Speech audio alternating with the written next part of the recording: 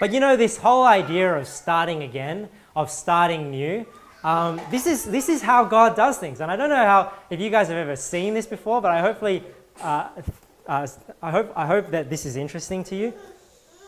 But let's look at Revelation 21, and we'll just read verses 1 to 5.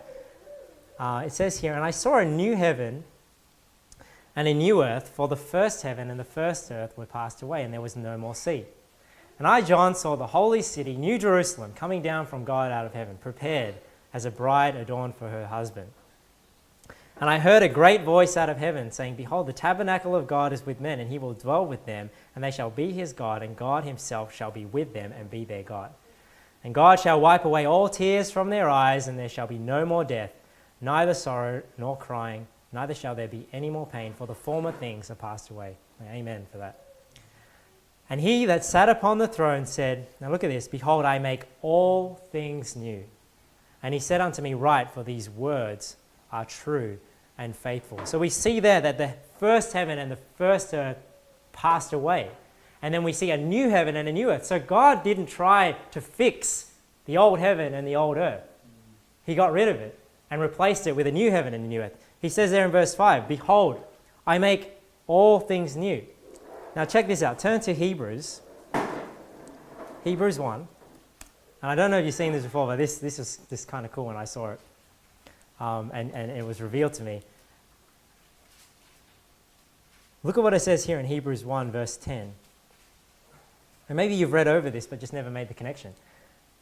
"And thou, Lord, in the beginning hast laid the foundation of the earth, and the heavens are the works of thine hand." So it's talking about the creation of heaven and earth, right?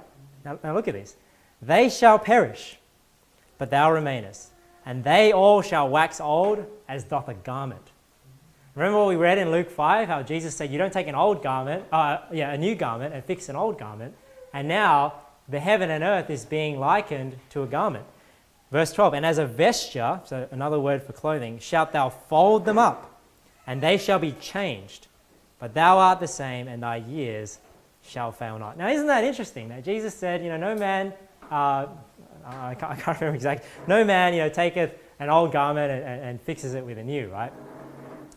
And isn't it interesting there that when God talks about the heaven and the earth, he likens it to that same parable of the earth and the heaven being a garment. So, God's methods are the same. He doesn't fix things that are broken. He fixes it by totally replacing it. Now, when Michael and I were out soul winning, we spoke to this lady in San Souci, and the thought is very similar. When you talk to a lot of people about Jesus, about the Bible, one objection you always get is what?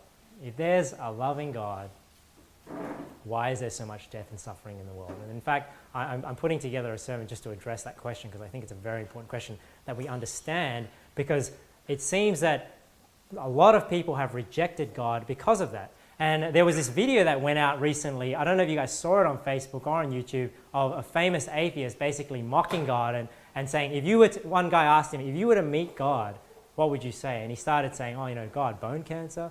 Basically that same question of, if you're there, if you are all powerful, if you're, can do anything, why are you allowing all this death and suffering in the world?